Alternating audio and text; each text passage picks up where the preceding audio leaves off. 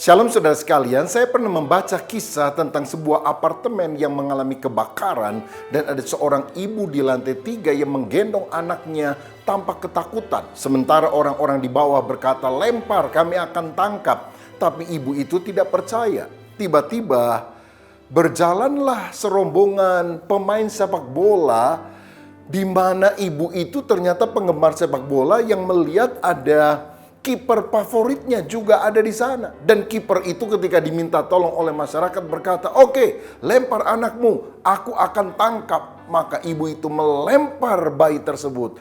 Dan kiper itu melompat menangkap bayi tersebut. Wow, semua orang bertepuk tangan.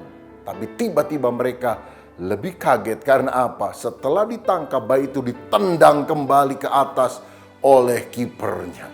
Kenapa? Rupanya kebiasaan. Kalau kiper dapat bola, nggak boleh lama-lama, harus ditendang ulang. Saudara, kebiasaan adalah perilaku yang rutin kita lakukan setiap hari dan karena itu terus-menerus kita kerjakan, akibatnya kita tidak sadar lagi melakukan hal tersebut. Pertama-tama memang kitalah yang membentuk kebiasaan, tapi akhirnya kebiasaan itulah yang akan membentuk kehidupan kita. Nah, di dalam kehidupan ini tentu ada kebiasaan-kebiasaan atau habits yang baik, tapi juga ada habits yang buruk.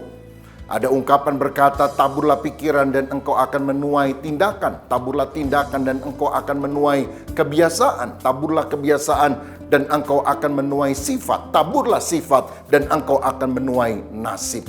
Jadi nasib kita yang kekal ditentukan oleh kebiasaan-kebiasaan yang kita bangun. Nah, kalau kita memiliki kebiasaan yang tidak baik, mungkin malas, suka marah, tidak jujur, memaki orang, kita harus bertobat dan minta Tuhan memulihkan kehidupan kita. Saya yakin kalau Roh Kudus bekerja, Dia akan melahirbarukan kita sehingga sifat lama itu akan dimatikan, diganti dengan sifat yang baru. Bagaimana kita bisa membuang kebiasaan buruk? Buanglah old habits dan ganti dengan new habits. Misalnya, kalau saudara pada kebiasaan lama suka berkata-kata kasar, misalnya monyet, babi, kecoa misalnya.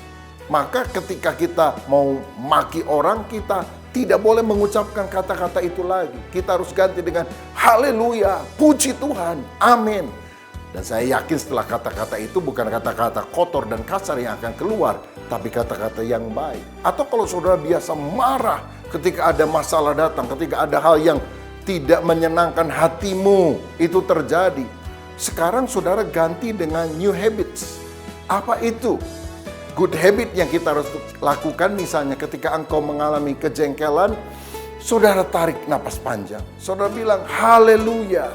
Lalu saudara mulai mengucapkan kata-kata dengan lebih sabar dan nada yang rendah, sedangkan temponya lambat.